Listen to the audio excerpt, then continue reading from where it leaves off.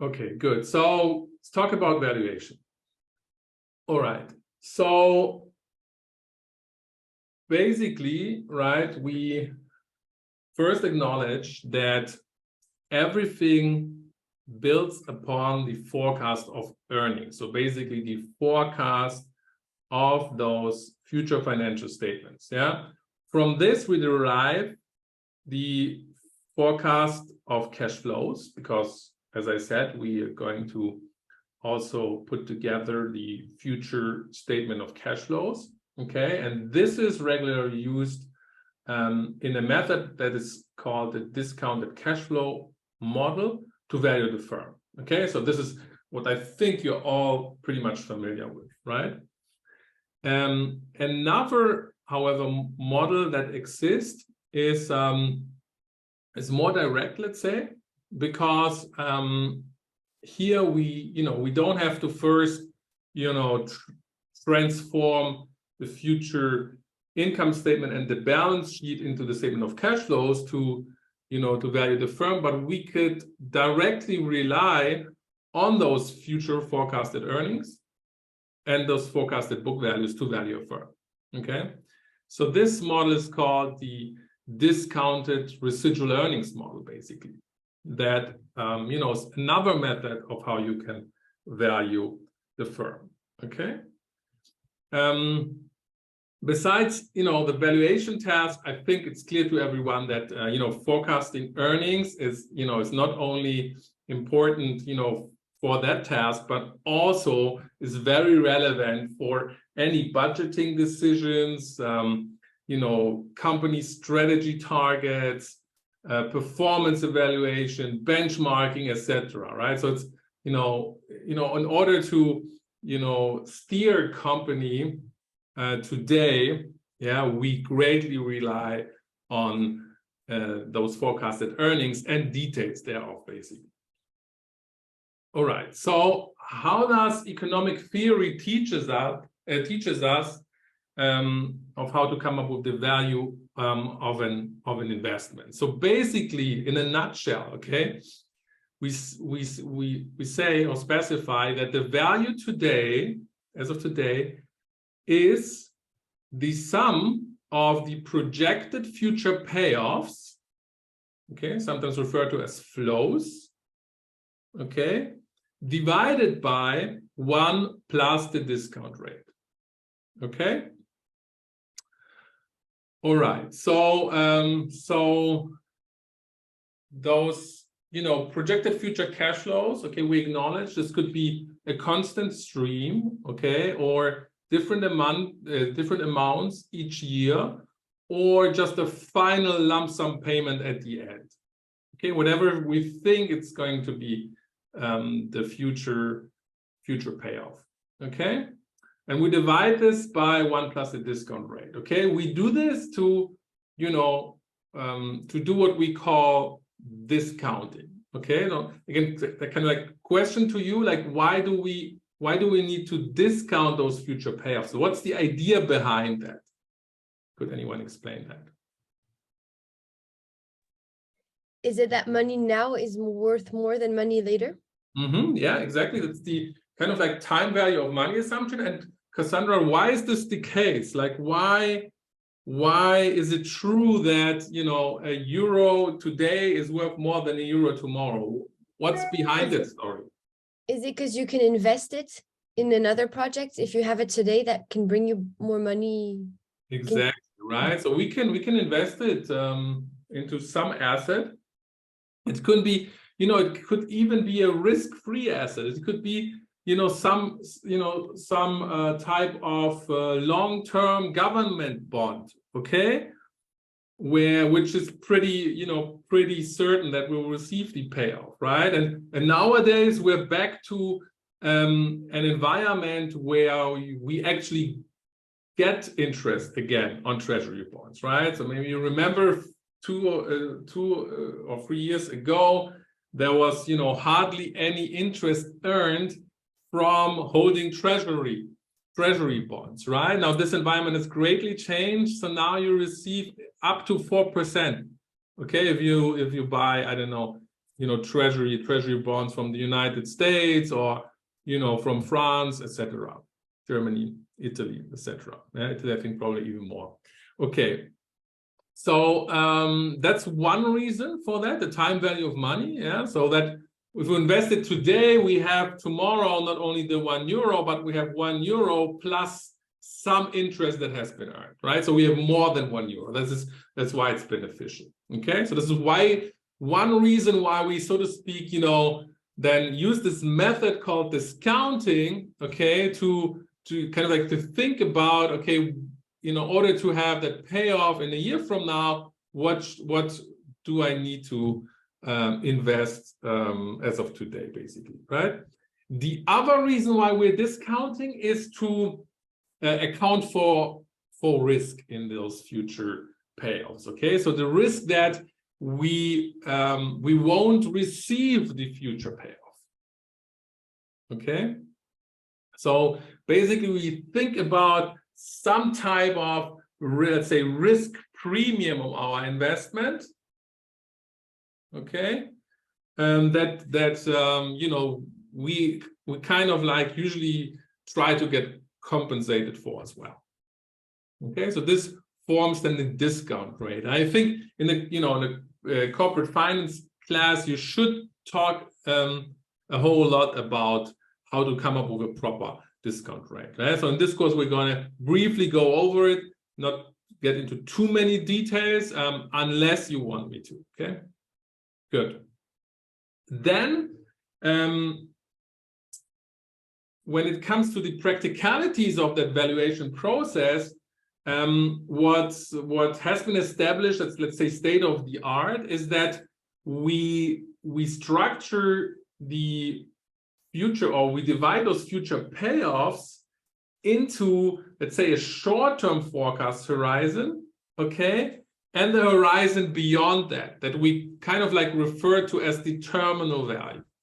Okay, why are we doing that? Why are we splitting, the task of thinking about those future projected payoffs into two periods? Yeah, well, because it's difficult basically to project future financial statements beyond a certain point. Okay, so while it might be kind of like easy to project the financial statements 1 year ahead, maybe 2 years ahead, maybe up to 5 years ahead, projecting future financial statements beyond those 5 years in detail, okay, is a very daunting task. Okay, so therefore, usually when it comes to valuation, we don't project detailed financial statements beyond year 5. Okay, down here it's written that, okay, typically 5 to 10 years. Okay, what I would say, okay, it's rather the 5, not the 10. Maybe 10 years is something for, I don't know, a company that has been, very, very stable in the past, maybe some kind of utility company that has a monopoly kind of like situation regionally, that where you basically, you don't have too many changes unless there's a major crisis, of course, where you could maybe go beyond those 5 years in detailed projections. Okay, so we stop usually at year 5, right? So we stop at year 5. Okay, and then, so basically T plus 5 is where we basically end. And beyond that, we try to think of what the continuing payoff is going to be. So kind of like for this, T plus 6, okay, and beyond, so theoretically until infinity, we think about, okay, what's going to be that continuing payoff? Okay, assuming that basically the company will live forever, okay, in other words. Okay, so this is where, usually, of course, when we think about the continuing payoff, the first thing we do is, we borrow from our last, in detailed forecasted year. So usually borrow from, whatever the number has been in T+5. Okay, so what often happens is that kind of like you take, the amount that you've projected in T+5, and then you increase it by some amount, okay, whatever you think they will be able to add in year 6. Okay, often what is added here for a lot of firms is, some kind of long-term GDP growth assumption. Okay, this is kind of like often added to this continuing payoff, to this in year T+6. Okay, then of course, this is a payoff for one period, so it's T+6. So if we want to treat it as a truly continuing payoff, we basically need to change that into an annuity, right? So we want to calculate what is referred to as an annuity. Okay, so the way this works is basically we take the amount, right, and we divide it by the discount rate, as you can see here. So this amount. So basically we divide it by R. Whatever our, whatever valuation model we use. Okay, so that, for example, the discounted free cash flow model, we would use the cost of capital that we've estimated for the firm, and we were going to divide this T+6 expected payoff by R to transform it into an annuity. Okay, so it's not 1 plus R like the discounting, but we just divide it by R. Yeah, if we assume that this continuing payoff will grow or will continue to grow, yeah, we need to subtract from the discount rate our growth rate assumption, which is G.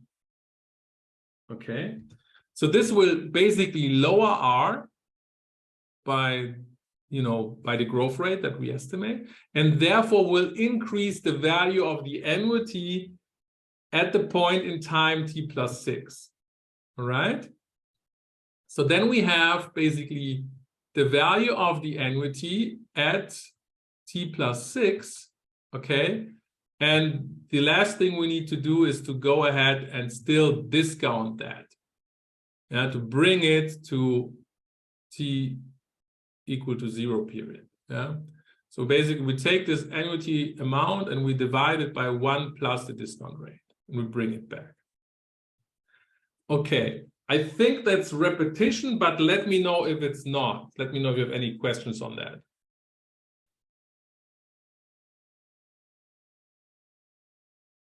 Questions? We're going to do some exercises on that nevertheless. So any questions on that?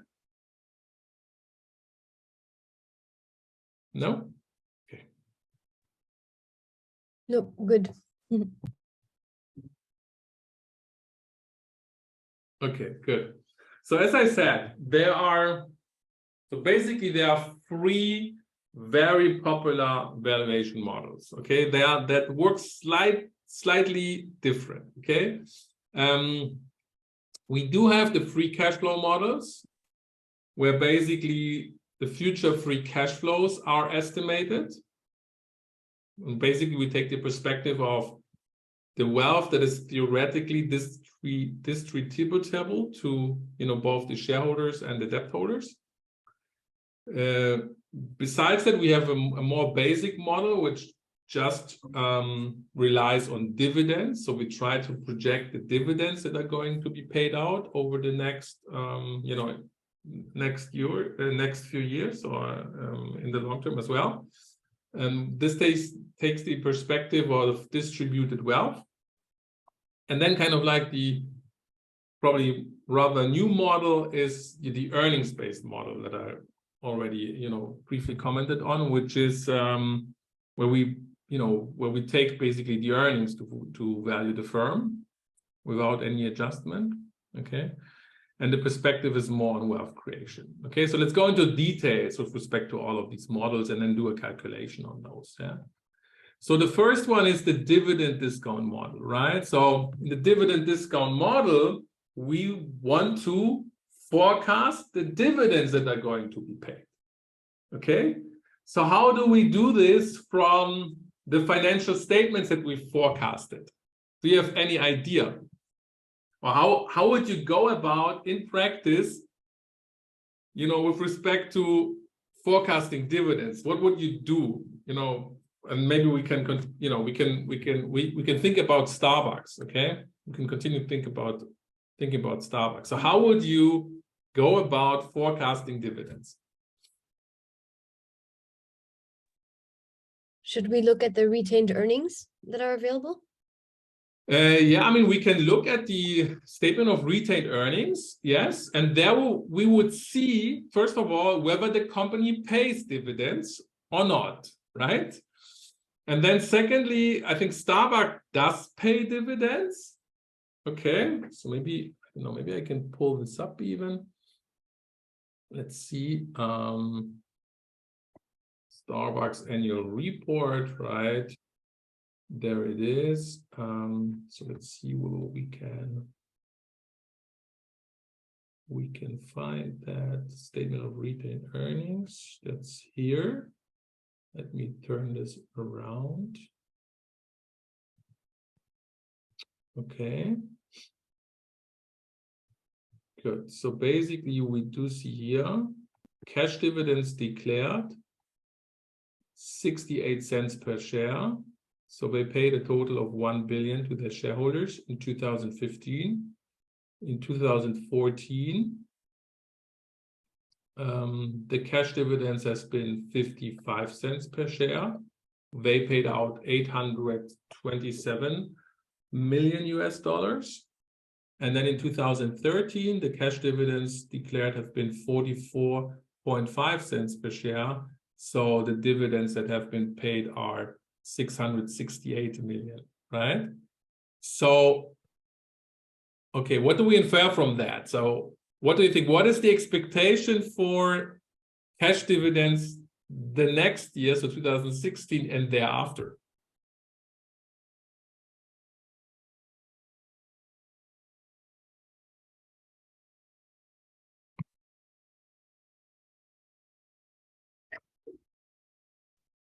Maybe we can expect around half a dollar of dividends.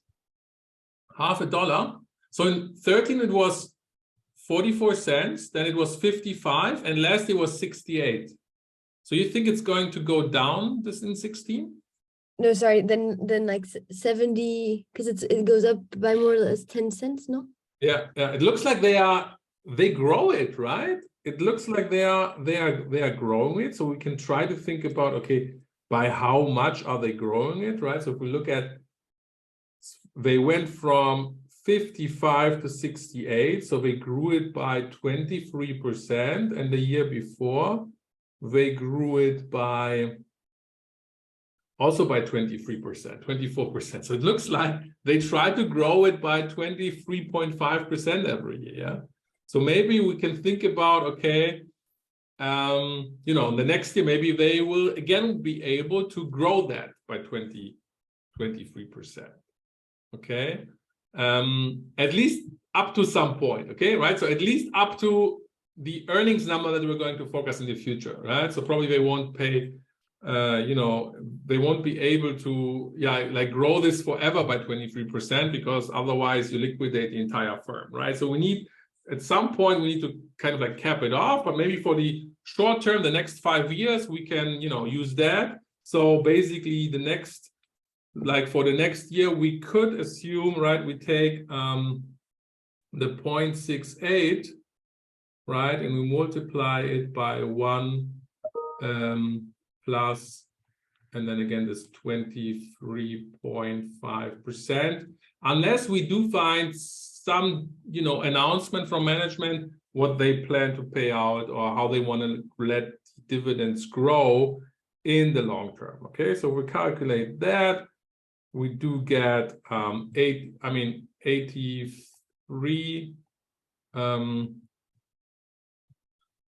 basically, yeah, 83.9. So basically 84 cents per share. Yeah. So this would be our expectation for 2016, and then we would continue to, do that for kind of like the following years, right? Okay, so so we want to use a dividend discount model. We need to do this for, not only this 1 year that we did, but then this was 2016 for Starbucks, but we would need to do it for 17, and then going forward 18, 19, 20, right? So the end of our detailed forecast horizon will be probably somewhere around 20. And then for the terminal values going forward, so for 2021, we'd also need to think about, okay, how much will kind of like dividends grow that year? And what is kind of like the long-term growth of dividends that we assume? So maybe for the long-term growth, we would maybe go rather with something like GDP, okay? So let's talk about the discount rate, okay? So when we're dealing with the dividend discount model, and that's a very important point, you gotta acknowledge that what we should use as a discount rate should be the cost of equity capital only, not the cost of the entire capital. So not, the weighted average cost of capital from debt, for debt holders and shareholders, but just because, dividends, they are only paid to the shareholders. So we are also only interested in their risk, basically, right? So you are only allowed here to use the cost of equity capital, not the cost of, not the weighted average cost of capital. Okay. Yeah, regarding the growth rate, okay, so it looks like they have aggressive growth. The question is, how long will they be able to kind of like continue to grow that dividend rate? So probably for the long term, we should be a little bit more conservative. All right. So basically the approach taken, if you think about it conceptually, is that we focus on cash distributed to the shareholders, right? In order to value the firm. Okay, so question to you, what do you think? What are the weaknesses of this method when you want to apply it in practice? What's a problem?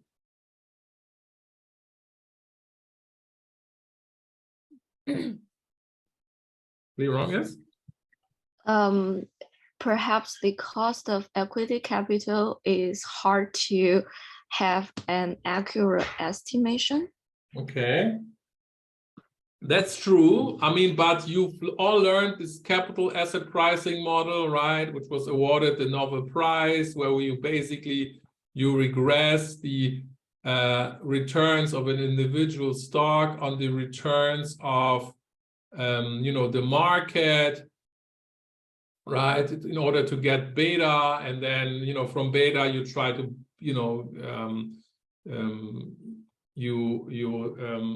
and together with the risk-free rate, you try to come up with the cost of equity capital, right? I mean, it's not easy, but for, let's say, a well-trained business person, I mean, there are standard ways of how we do this, right?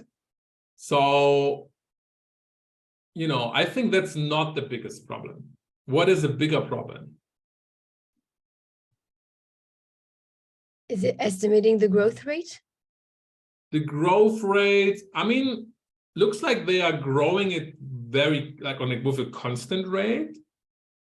And then long term, I think we could look into a lot of historic data to see, how companies grow their revenues, and then what could be assumed for the long term. So it's also, I mean, it's not easy, but I mean, if you do this every day as for your living, then probably it's possible, right? I mean, I don't think it's like too difficult then. So what else is, however, more, I mean, you're definitely right. There are problems already with it, but what's another big problem? Maybe we don't look at the retained earnings, so the cash that we don't distribute. So Georgia, so do you mean that So do you mean that that some companies don't pay dividends? Is that what you mean? Yeah, maybe we just keep some cash to invest it some like in the future or something.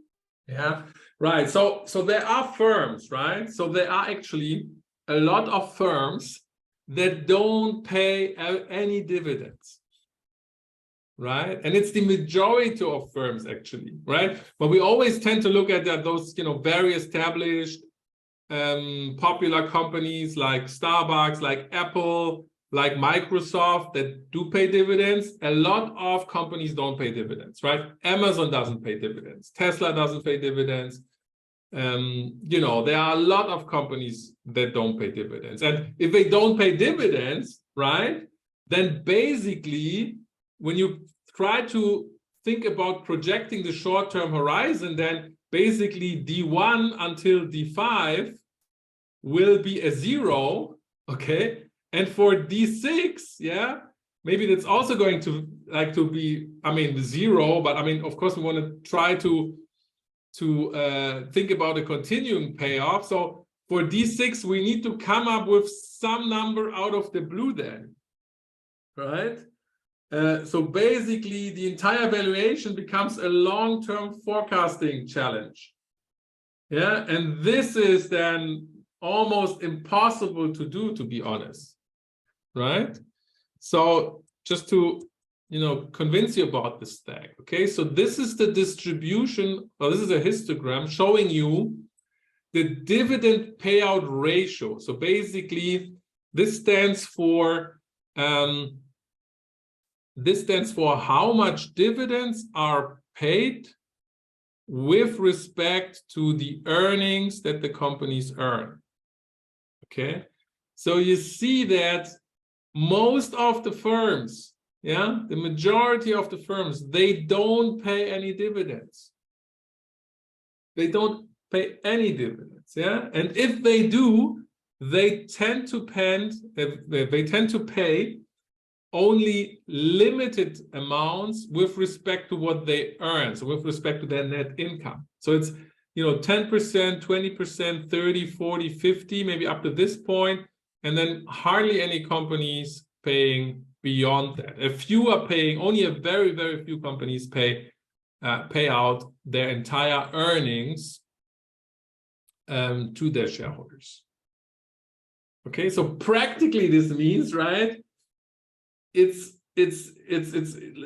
nearly, it's very, very hard to use the dividend discount model, although it feels like so natural. It feels like, okay, yeah, it's about the dividends that are paid to the shareholders, and then, that's perfect for coming up with the firm valuation. But in practice, like, we don't have any data because more than 50% don't pay any dividends. Yeah. Basically to sum up why it's an easy concept, and when companies pay dividends, they are very predictable, yeah, because companies try to at least hold them constant or let them grow. Only very seldomly they cut dividends, and if they cut dividends, usually it's a bad signal to the market, and the stock prices are suffering big time from that. So companies try to avoid cutting the dividends. They want to at least hold them constant. But yeah, it's not really a relevant valuation concept.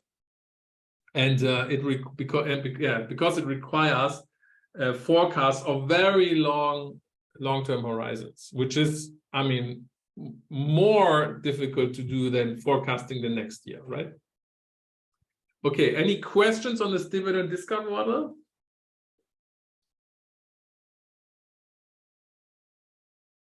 No, it's pretty clear. Okay. But good. when do we use it then? Just in the rare case that we can use it when there is a firm that has a solid track record of paying dividends. Yeah. So in France, it would be a company like Total, for example. Okay. So companies that are very, very robust, very, very stable in terms of their dividend payout, and maybe where even their dividend payout is significant. Okay, so it's not just a tiny amount of their earnings, but you know, some larger chunk, then I think it would make sense to do it. Then it would be, because then it's kind of like, yeah, then it's easy to project, and then maybe it even develops with GDP, so we can kind of like rely upon it and then use it. Then it's probably simpler. Yeah. So I would say in most cases, then it cannot be used, however. Yeah. So let's move to the next alternative valuation model then. Okay, and this is the discounted free cash flow model. Okay. So what are the differences with this model? So first we see that the future payoffs that we're going to forecast, this is not dividends, it's not B, but this is C, okay? And C stands for the free cash flows, okay? So the free cash flows, they are usually defined as the operating cash flows, okay? Operating cash flows, like this, minus the investing or investment cash flows that basically are needed to maintain the operations. Okay, because, you know, I mean, this information, so operating cash flows, we get this from the statement of cash flows, right? We get this from the statement of cash flows. Also, the investing cash flows, we do get this from the statement of cash flows. Yeah. As I said, like so here we're really talking about the investment cash flows to maintain operations. Okay. If there are some investment cash flows that are, I don't know, somehow speculative, one time, whatever, we should exclude that. Okay. But in most, let's say, I don't know, exercises, universities, or most examples, we just take the investment cash flows as reported in those future statement of cash flows. Yeah. So this is different, right? So focuses on cash generation minus the capital expenditures basically we need to maintain the operations. Yeah. An alternative way to come up with the free cash flows is what you see here. Okay, so this is used when you don't have a statement of cash flows available. Sometimes, you know, in some jurisdictions is either not required, or for private companies it's often not required, right? So we need to have a workaround on how to come up with these operating cash flows and how to come up with those investment cash flows. Okay, so the way it's also kind of like pretty standard is that you take the earnings before interest and taxes. So we eliminate interest basically, yeah, minus taxes, and then we multiply it by 1 minus the tax rate. So in order to get back taxes into this number, yeah, because we are basically, the idea is to get rid of interest expenses, and we do this because we are like in this model, and this is different, right? In this model, we value the company from the point of view of both the shareholders and the debt holders. So basically, we're not talking about an equity valuation, but we're talking about the overall firm valuation. And that's why we are eliminating the interest expense, because then we are, you know, we're looking at what is not only left over for the shareholders, but we're looking for what is, you know, available to both shareholders and debt holders. That's why we're eliminating that. We add back depreciation and amortization, and we subtract the change in working capital. Okay, so this is basically done to get rid of those non-cash items that are inside this, you know, EBIT. Okay, and then we subtract the capital expenditures that we are, you know, able to observe. Okay, and we also get the free cash flow. So this is just an alternative way. But if you have the statement of cash flows available, you just, I mean, again, the standard approach would be take the operating cash flows minus the investment cash flows, you get the free cash flows. Okay, because we're interested in the firm value, yeah, to both shareholders and debt holders, our discount rate is a different one. So in this case, it's the weighted average cost of capital, or WACC. Okay. So it's not only the cost of equity, but cost of equity weighted by, you know, the targeted relative equity value, yeah, plus the cost of debt weighted by the future targeted and weighted debt value, basically. Yeah. We do get the total value of the firm, as you can see here. So in order to get the value of equity using this approach, we need to subtract the market value, sorry for that, of the other claimants, so of basically the debt. Okay. But the nice thing is it focuses on the cash generated by the firm. So it's independent from whether or not the company pays dividend or not, because we're just thinking about, okay, theoretically, I mean, free cash flow is like what they theoretically could distribute as dividends to the shareholders or as some form of, you know, interest payment to the debt holders, right? So we don't need to care, or we can ignore whether the company pays or doesn't pay out dividends. Questions on that conceptually? Oh, but I think you've covered that probably in corporate finance class, but maybe you have some question.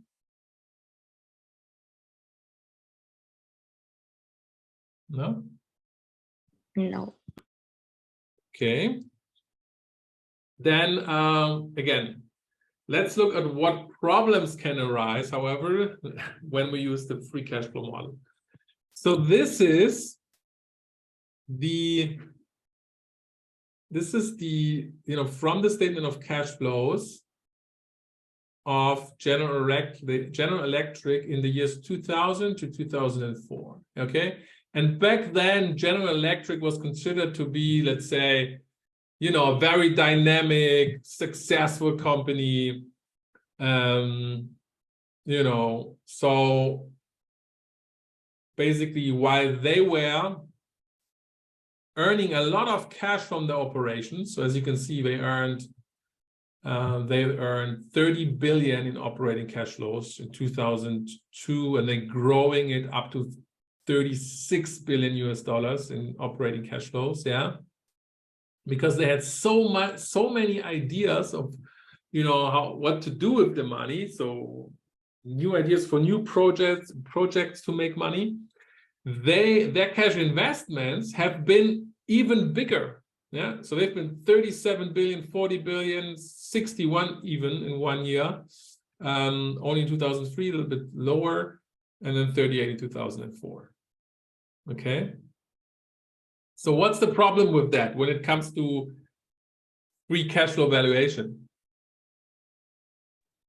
So it cannot truly reflect the firm valuation because its free cash flow is a minus number while it has a lot of investment in its capital expenditure, which means it has a huge growth opportunity. But right, exactly, right. So the free cash flows is negative. So, I mean, it looks like they are destroying value even. But when you think about, okay, free cash flows is future payoff, but they are negative going forward 5 years. So it means like, I mean, are they liquidating the firm? Like, are they not successful? I mean, that's not necessarily true, right? I mean, they are very successful in how much money they are making from their operations, but they, you know, just invest even more. So they are in a kind of like in a growth stage, actually. Yeah. So for those growth companies, in particular, this kind of like free cash flow model here doesn't really work, right? Down here, you do see what they have reported in terms of their earnings and their dividends. Yeah, so you can say their earnings, they've been 12 billion in 2000 and 13.6 billion, 14, 15, 16.5. So they've been pretty stable with a constant like growing over those 5 years. Yeah. Also, the dividends down here, they've been growing also kind of like at a constant rate, it seems like. Yeah. So for this particular company, and then coming back to the other question, maybe like the dividend-based valuation would have been better, and looks like also an earnings-based valuation would have also worked, but not the free cash flow valuation. Yeah, or at least it would have been much harder, because then if the short-term forecast horizon is all negative, then all the value comes from the continuing payoff. So again, we need to think about this long-term projections of how the company will develop, and this is hard to do. In the end, I mean, General Electric didn't turn out to be that successful, particularly in the past, let's say, 10 years. They've not lived up to their expectations. Yeah. Yeah. So so basically to point the finger on the problem in particular, the free cash flow, the free cash flow model, or the calculation of free cash flows, treats investments like a liquidation of the firm. So it's basically a liquidation concept, okay? And this can create problems, you know, as we've seen. Okay, but of course, I mean, it works well when the investment pattern is such that you know, the company produces free cash flows at a constant or growing rate. Then it works, right? If somehow they invest less than then they spend, like, I mean, like in the case of Starbucks, right? Starbucks making huge cash flows, but they are not excessively expending money into their operations. But we can look this one up maybe in detail. So here we do see the operating activities, right, of Starbucks. So their net cash provided by operating activities is 3.7 billion. Okay, in 2015. In 14, was only 607 million, but there has been this litigation charge. So they've been sued and they had to pay a huge fine, 2.8 billion. So probably this is a non-recurring one-time event we need to exclude. If we would have excluded that, then we would be more in the veins of 3.3 billion in net cash provided by operating activities. The year before, 2.9 billion, right? So the operating cash flows are growing. And their net cash used by investing activities, 1.4 billion here, 817 million in 2014, and then again 1.5 billion in 2015. So it looks like also 2014 is a little bit distorted, but it looks like here they have purchased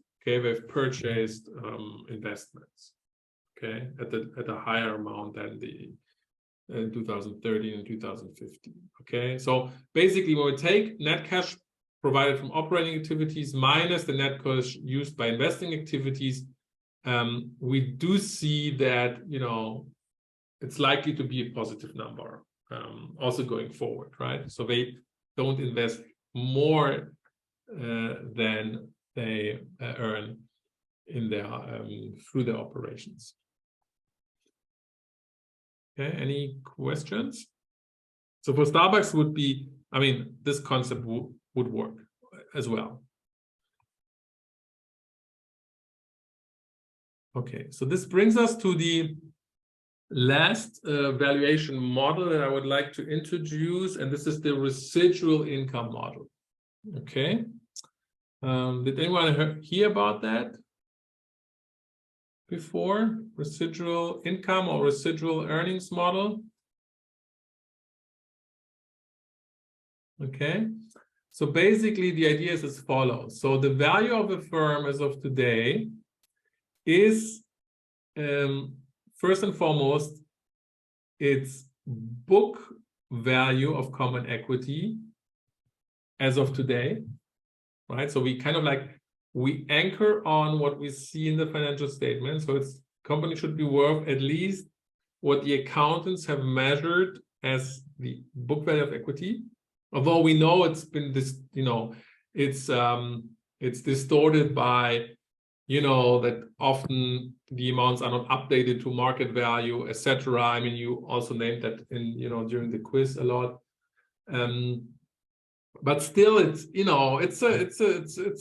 a starting point, right? It's a starting point that is checked, that is audited, etc. That a lot of people work on. So we start with that. Okay, so value is first and foremost the book value of equity, and then plus the residual earnings that we expect the company to generate going forward, right? So residual earnings in year 1, 2. And then again, I would go short-term horizon up to the residual earnings in year 5. Okay, basically. And then again, and similarly to the other valuation models, beyond the short-term forecast of residual earnings, we need to think about a continuing payoff, this time in terms of the residual income that the company will be able to make going forward. Yeah. And then again, divided by R minus G, the growth rate, and then discounted to the present value. Yeah. So what is residual income? You may ask yourself, okay, what is residual income? It's kind of like specified here. So basically, it's the net income, and I stands for net income, that the company is able to generate over and above their cost of equity capital times the book value of equity. Okay, so minus R times the book value of equity.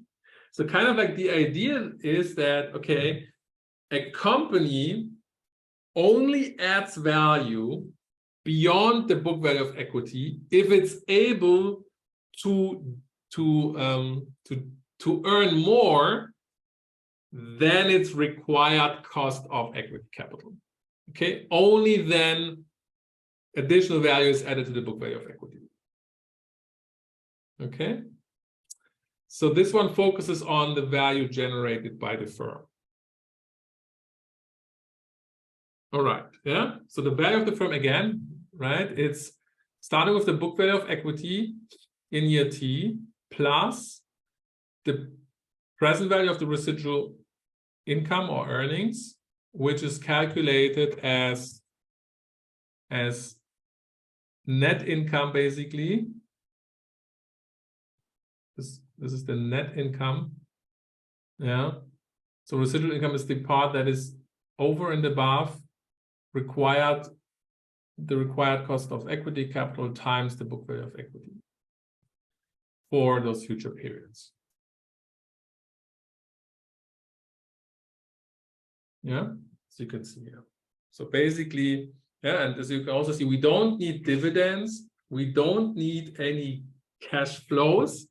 We only need income, like the future projected income, and the future projected book value of equity. Okay.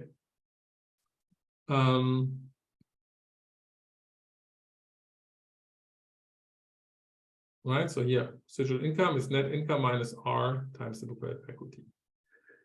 We can go ahead and restate that. Okay, so if we would go ahead and we would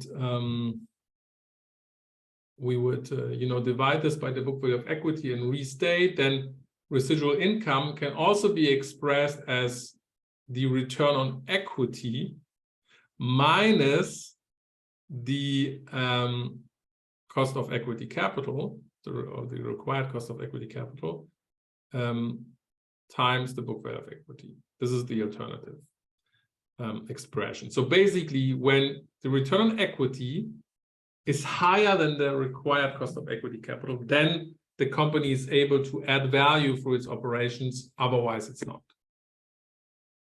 Okay. And the other thing we learned from that is basically that we have basically two value drivers, right? One is, so to speak, the spread. So how much the company is earning or generating as a return beyond that cost of equity capital.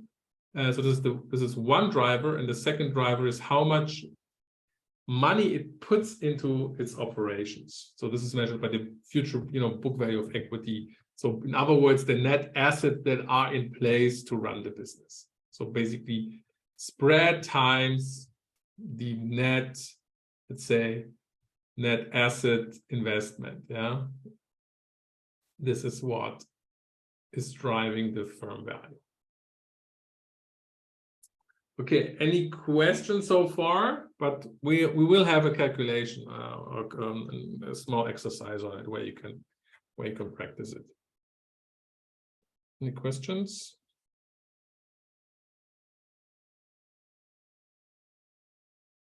Okay, so here's the summary, right? The dividend discount model, the free cash flow model, and the earnings-based model. I forgot to tell you, right, that here as a discount rate, we use the cost of equity capital, right?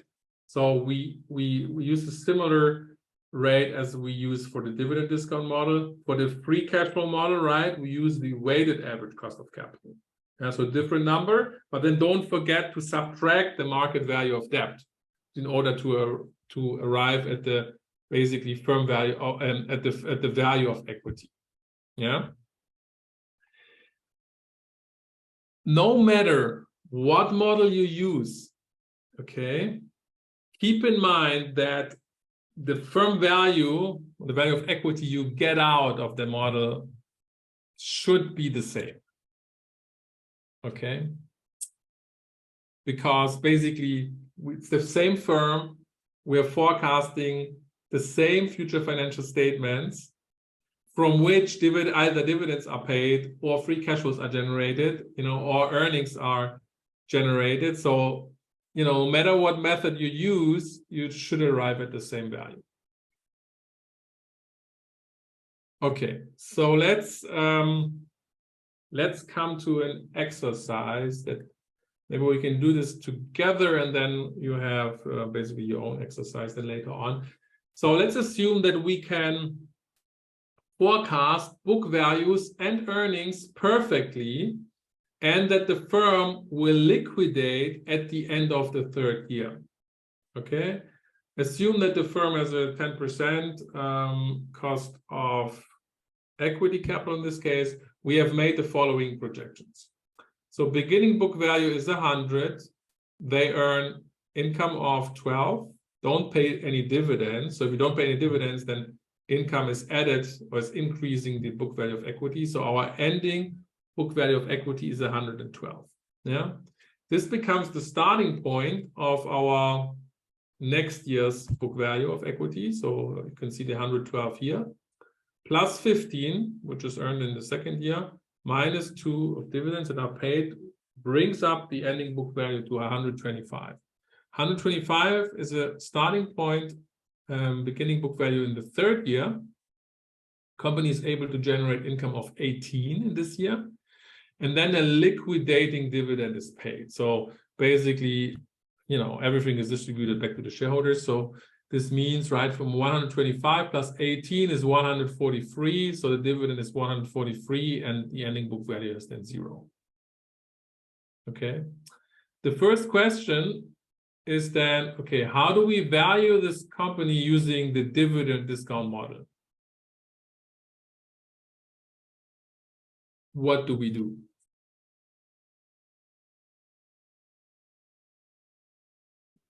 We find out the dividends paid each year, and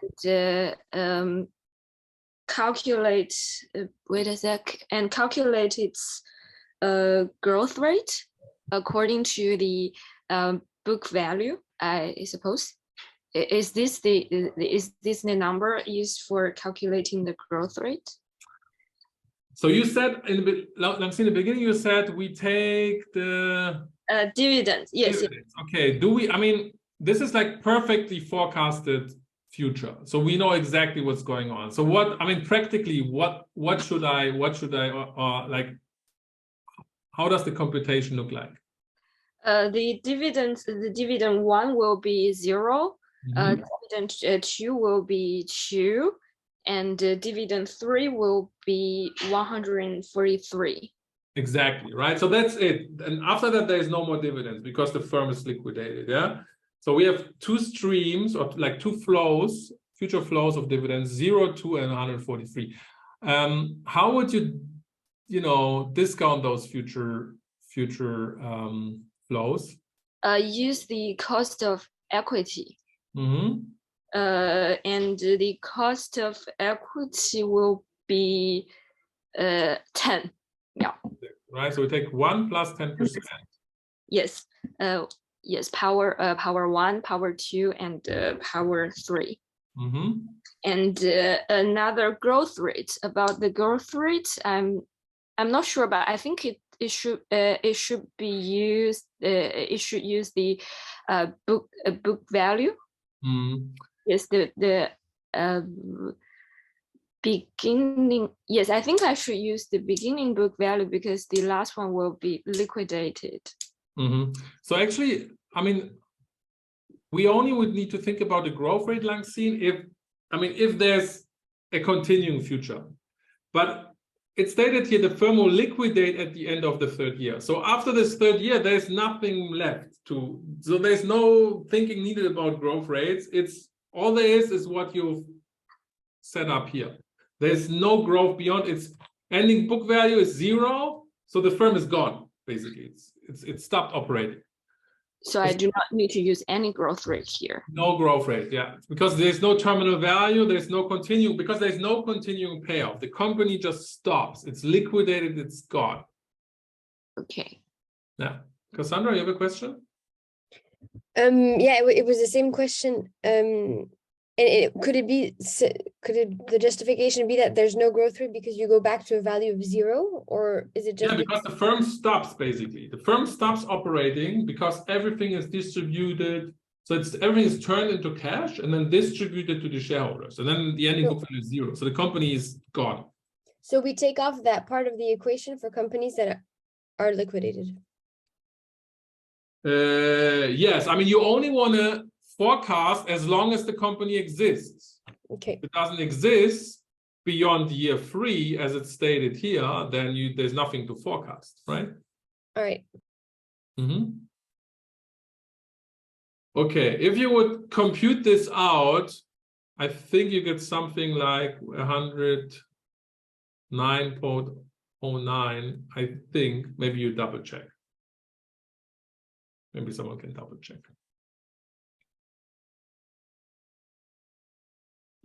Sorry, I have one more question. Yeah. If it will not be liquidated at the end of the 3rd year, for example, the ending book value will be like 140.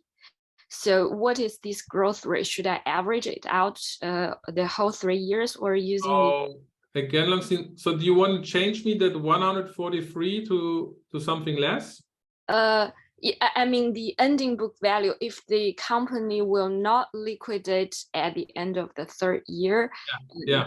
Yes, how can I calculate that growth rate? Yeah, I mean, so again, first, I just want to highlight this, right? So we started with 125 of book value, then we added 18, and then we subtracted a dividend of 143. That's why we have a 0 here, right?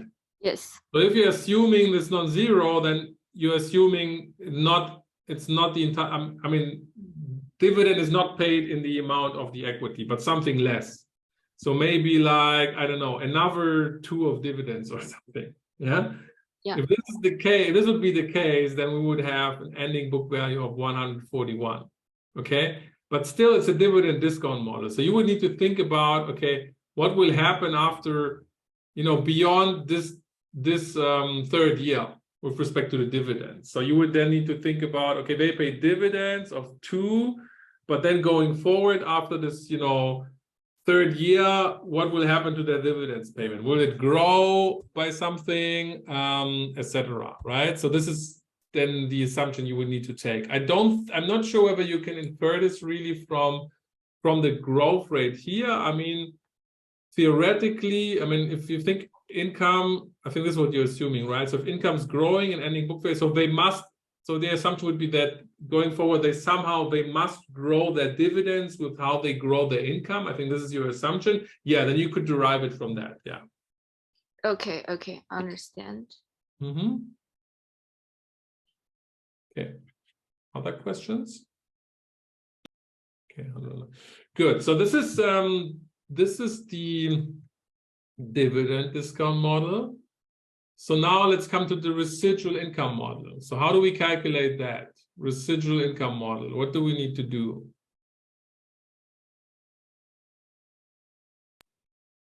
Use the book value as the starting point. Okay. So and yeah. And the not the numerator. The numerator will be its net income minus cost of equity is 10%. 10% multiplied by its book value of that year, and discounted by its cost of equity 10% plus. Okay. Yeah, that's right. Right. So let's see. Let's go. Try to go step by step. So what you just said. So you said residual income, right? Yes. This is the income, right? Yes. Minus R times the book value.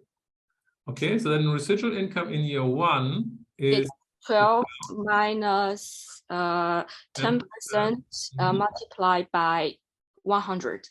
By 100, yeah, by the beginning book value. And divided, the denominator will be 1 plus 10% power by 1. Yeah. Let's just first think about residual income and then later on come to the discounting, right? So residual income for this first year is 2. The second year residual income, it's 15 minus 10% multiplied by 112. Exactly. Yeah, so we get 3.8, I think. Yeah. Yes. And then the last year? 18 minus 10% multiplied by 125. That will be 18 deducted by, that will be 5.5. 5.5? Yes. Okay. I suppose it is. Yeah, it is. Okay, good. Everyone got that? So that's our residual income. 2, 3.8, 5.5. Yeah? Okay.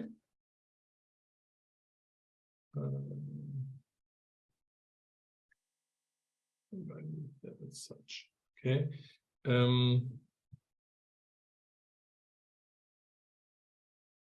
So we got it. So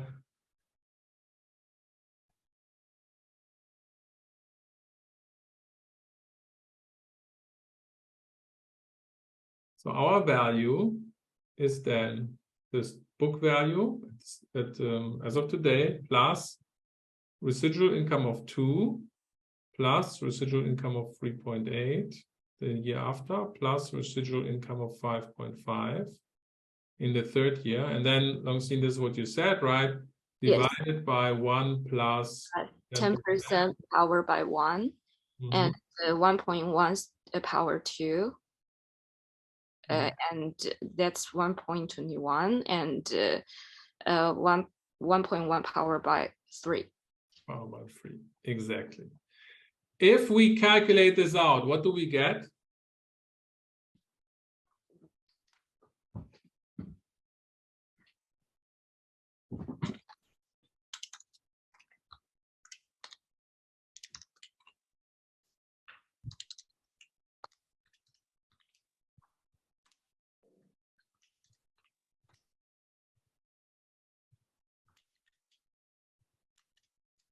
Uh, 109.09. Okay, so you notice something. It's the exact same number as we've calculated with the dividend discount model, right? Exactly the same. Okay. Yeah, so actually it doesn't come as a surprise if you know something about accounting, and basically there's a relationship, in that we find inside the accounting system, and basically it is that the book value of today yeah, is equal to the book value of yesterday plus net income that is earned minus the dividends that are paid out.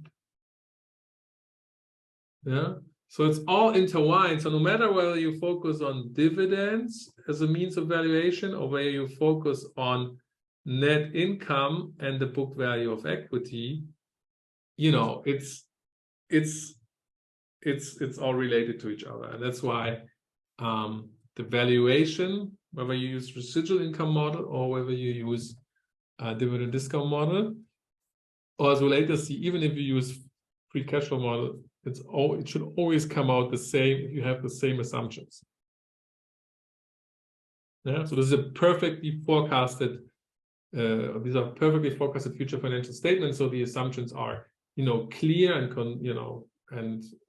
and therefore the valuation is also the same. Therefore, all right.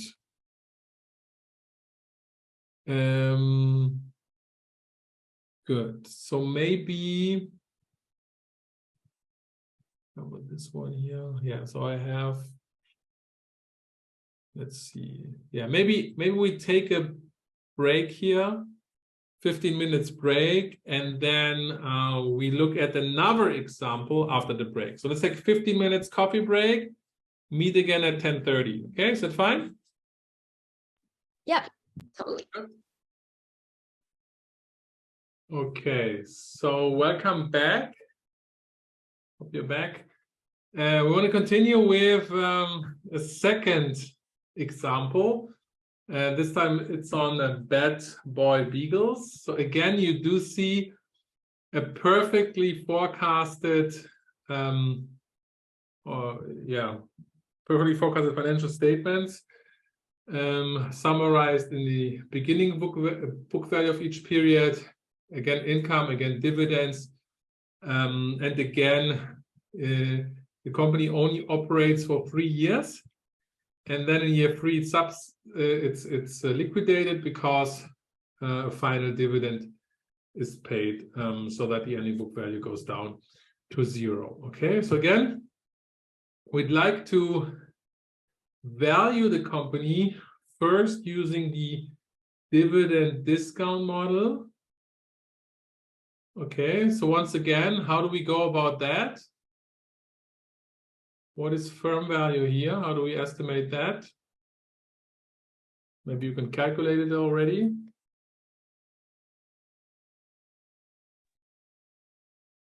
We do 3 divided by 1.1 power to the power 1 plus 2 divided by 1.1 power 2 plus 1.6 divided by 1.1 power 3. Okay, what do we get?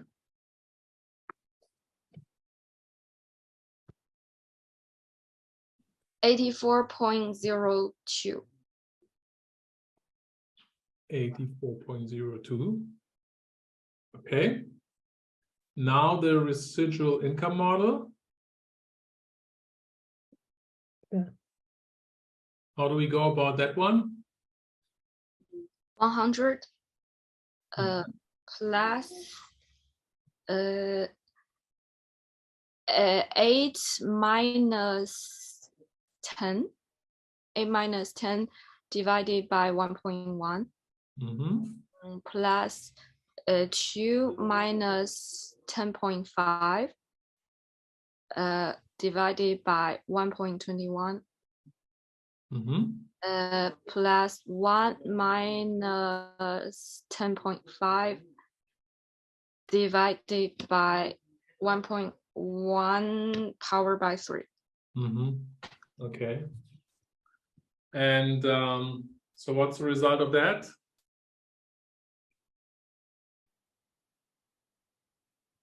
It should be the same. Yeah, it's 84.02 again. Too Okay. smart, Martina. Sorry? Too smart, Martina. I was thinking she remembered what you told us an hour ago, a few minutes ago. Right, exactly. I mean, it should come out the same.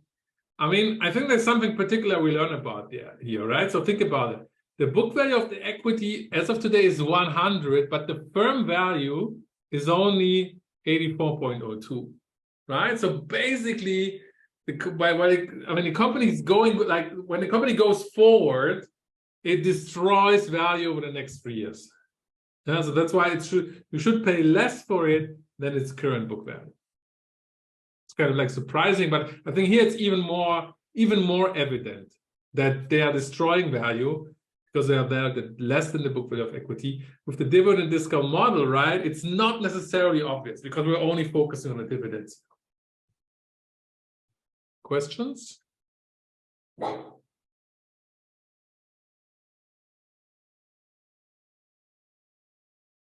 Okay, so we can observe actually this phenomenon also in the real world. Okay, so what has been done here basically is that companies were assigned into different groups based on their price to book value ratio, let's say. Okay, so the price per share divided by the book value per share. Okay, so the highest, let's say, the highest portfolio of firms with respect to price to book ratio has an average price to book ratio of 6.2, and then it gradually goes down, and the lowest portfolio in terms of price to book has an average of 0.39. Okay, so basically the highest here is, I mean, this is where the market expects, you know, the companies to do well in the future, and that's why the market is paying more than the book value of equity per share. And those companies down here, this is where the market is concerned about those firms. So the market assumes that, that they are destroying value going forward. Okay, and we actually do see that going forward. So after, like in the years after the price to book groups have been formed, if you calculate residual earnings, assuming, I think here it's 10% is the cost of capital, I think this has been done for, you know, simplicity, we can see that the companies that have the highest price to book ratio also do have the highest residual income or earnings going forward on a per share basis. Yeah, while those that are, you know, trading much below their book value of equity per share, so less than 1 is kind of like the ratio, here we do see that the residual earnings going forward, they are in fact negative. Yeah, so speaking to the fact, yes, they are destroying value. Okay.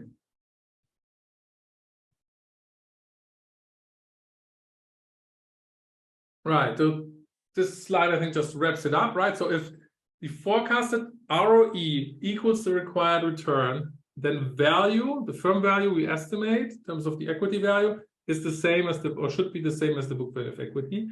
If ROE is greater than the required return, then the value should be greater than the book value of equity. But if ROE is less than the required return, then the value should be lower than the book value of equity.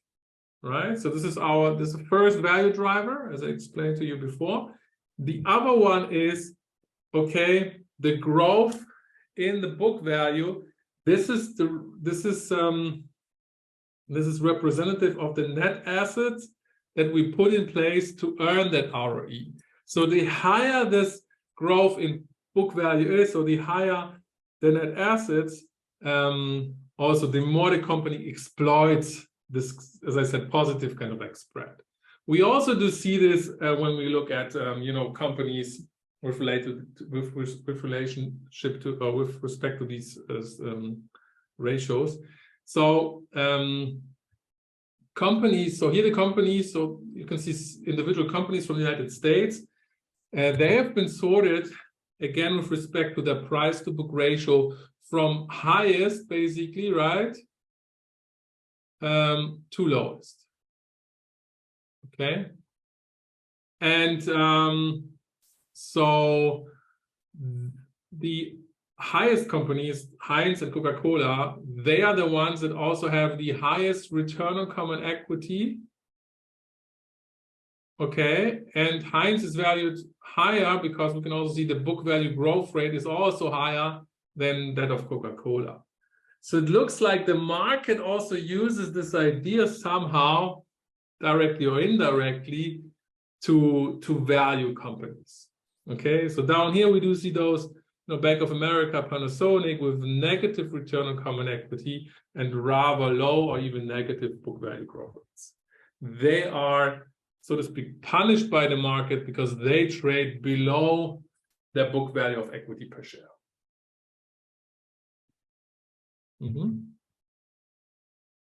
Okay. Final maybe, yeah. So here, final maybe slide maybe on the relationship. So what has been plotted here is for individual companies, the price to book ratio, right, on the x-axis, on the horizontal axis, and then the y-axis has the return on common equity. And we do see this kind of like positive relationship here, right? So the higher the return on common equity is, the higher the price to book ratio is as well. Okay, another observation that, however, we make is that the return on common equity over the years, as you can see, it's fluctuating, right? So there are periods where, this kind of like on a median basis, let's say, it's jumping around, and it looks like the variation of the return on common equity has increased over the recent decades, up until today, actually. All right, so to sum up, the residual income model has a few advantages, like that it focuses on value drivers and incorporates the financial statements directly with all of its advantages, let's say, if you of course assume that the financial statements are of high quality, right? So we first need to check whether this is the case, as we've discussed earlier. So therefore, the disadvantages are that sometimes accounting can be very complex and obscure and misleading. So yeah, we only want to use it when we kind of like trust the financial statement numbers then, of course, right? Okay, so this brings us to our practice exercise, which I have uploaded on Blackboard. Under practice exercises, you do find practice exercise 10. It's about Walmart and the application of different valuation models. So what I would like you to do now is to work on that in the breakout rooms, okay, for the next, 30 to 45 minutes, something like that. And then we will discuss that and wrap up. All right? So let me open up the breakout rooms now. Okay, and yeah, let me know if you have any questions, and you are already enabled that you can share your screen with your teammates, and so that you can work on this task together. Okay, everything clear? So let's go ahead. All right. First, right, we've learned that, okay, all of these models, they are based on the same economic theory. They're derived from the same financial statement, so they should lead to the exact same valuation, right? Basically, free cash flow models and residual income models, they are just rearranged versions of the dividend discount model, okay? So on the slides, I do have some examples how we go actually from the dividend discount model with the accounting clean surplus relationship that I have outlined, how you move this to the residual income model, okay? You don't have to know this, but you don't have to be able to calculate this. So I did this in my dissertation back then, but basically, yeah, it's just derived from. So the residual income model is just derived from taking the accounting equation, solving it for dividends, so rearranging it for dividends, and then plugging it into the dividend discount model. This is how we get it, basically, okay? What is important, and I cannot stress this out enough, right? Make sure the flows that you're discounting, that you're using the correct discount factors. So once again, yeah, flows available to all capital providers, yeah, like the free cash flow model, you have to use weighted average cost of capital. Then you get the value of the firm and you subtract the value of the debt to get the value of the equity. Yeah, flows that are available only to equity holders, so like the dividends or the residual income or earnings model, here you should take the cost of equity. Okay, only then you get kind of like the same results. All right, what else is important to highlight? So maybe, you know, in my point of view, the residual income model has advantages such as it focuses on value creation rather than value distribution, and it expresses the firm value directly from the financial statements rather than translating the amounts into the free cash flow. So it's more direct, let's say. Yeah, so basically, again, we do have three components, right? The book value, which serves also as an anchor of our valuation. So there's at least one part of the valuation that we can be relatively certain about, let's say. Okay. Then the second part is the short-term residual earnings forecast in detail.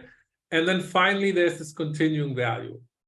Yeah, so after the short-term forecast horizon. So we have basically these three components. Yeah. So actually, there's one way we can work with those components, and I'm going to show you how. So we can use it for actually challenging, let's say, the market price as follows. So I'm going to introduce you to a way of how we can challenge stock prices for their reasonableness, and then there'll be an exercise where you can challenge another company. So this is challenging Google's share price back in 2011, but really doesn't matter. It's about the calculation. So the price back then has been $535 per share. Okay. The book value has been $144.92 dollars, and again, this is all on a per share basis. Okay, to make this clear, right? So in order to get the real numbers, you would need to multiply each of those items by the number of shares outstanding. Okay, if you would have interested into that. Then we have the analyst earnings per share forecast for let's say the next year, or for the end of this year, 33.94. And for the year after, 2012, 39.55. Okay, so we have the price, book value per share, and then two forecasts. And these are consensus analyst forecasts. So basically, this is the median of all the forecasts that analysts have given out with respect to the earnings per share of Google. Okay, so it's kind of like the best estimate of, or the kind of like it's usually the median that is taken, but kind of like, it's the middle point of all the forecasts that exists. Okay, so it's usually, kind of like reasonable to use. Required rate of return, we keep it simple. We just say, again, it's 10%, which is fine. All right, so how can we use this information to challenge the current market price of 535? And so here's what we want to do conceptually. So we want to distinguish the value of a firm into the value based on what we know and everything else, which we call the speculative value. So what do we know? What do we know? Well, we do know that the book value per share, which has been prepared by the accountants of the firm, which has been audited by the auditor, is 143.92, right? So this is part of the value based on what we know, right? So this is our first component, 143.92. This is what we know, right? What else do we know? Well, we do know that next year's earnings per share forecast is 33.94, right? So we know that, okay?